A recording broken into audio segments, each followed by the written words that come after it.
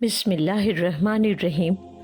तारीख़ इस्लाम में मुसलमान काजियों के ऐसे बेशुमार वाक़यात मौजूद हैं जिसमें उन्होंने किसी के रुतबे और कराबतदारी की परवाह किए बगैर शरीयत के अहकाम को नाफिज किया। इन्हीं वाक़यात में से एक वाक़या है हज़रत साद बिन इब्राहिम रहमतुल्लाह अलैह खलीफा वलीद बिन यजीद की तरफ से मदीने मुनव्वरा के काजी मुकर्रर थे। एक मर्तबा वलीद ने आप रहमतुल्लाह अलैह को अपने पास मुल्क शाम में बुलाया। चुनांचे आप रहमतुल्लाह अलैह बाएतमाद शख्स को मदीने मुनव्वरा में काजी बनाकर खुद मुल्क शाम की जानिब चल दिए। जब आप रहमतुल्लाह अलैह शाम की सरहद पर पहुँचे तो आप रहमतुल्लाह अलैह को शहर से ही बाहर रोक दिया गया और काफ़ी अरसे तक दाखिले की इजाज़त न मिली। एक रात आप मस्जिद में मसरूफ़ इबादत थे कि एक शख्स को देखा कि नशे की हालत में बदमस्त है और मस्जिद में घूम रहा है। ये देखकर आपने पूछा, ये शख्स कौन है? लोगों ने बताया, ये खलीफा वलीद बिन यजीद का मामू है। इसने शराब पी है और अब नशे की हालत में मस्जिद के अंदर घूम फिर रहा है। ये सुनकर आपको बहुत जलाल आया कि ये कितनी दीदा दिलेरी से अल्लाह ताला की नाफरमानी कर रहा है और इसके पाक दरबार में ऐसी गंदी हालत में बेखौफ घूम फिर रहा है।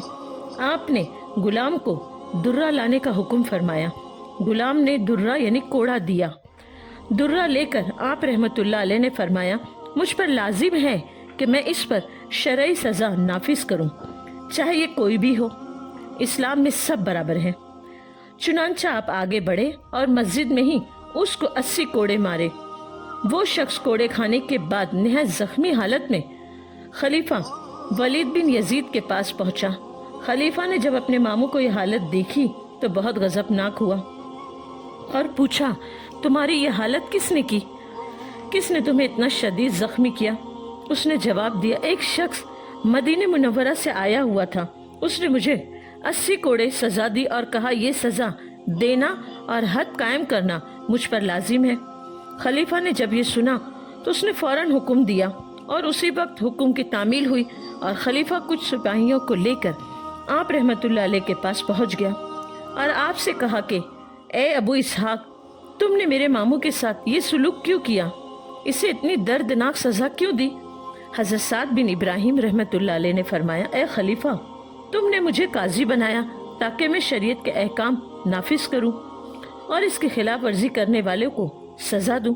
चुनांचे जब मैंने देखा कि सरेआम अल्लाह ताला की नाफरमानी की जा रही है और ये शख्स नशे की हालत में अल्लाह ताला के दरबार में घूम फिर रहा है और कोई इसे पूछने वाला नहीं, तो मेरी गैरत ईमानी ने इस बात को गवारा न किया कि मैं अल्लाह ताला की नाफरमानी होती देखूं और तुम्हारी कराबतदारी की वजह से इसके ऐब पर पर्दा डालूं और शरई हुदूद कायम ना करूं।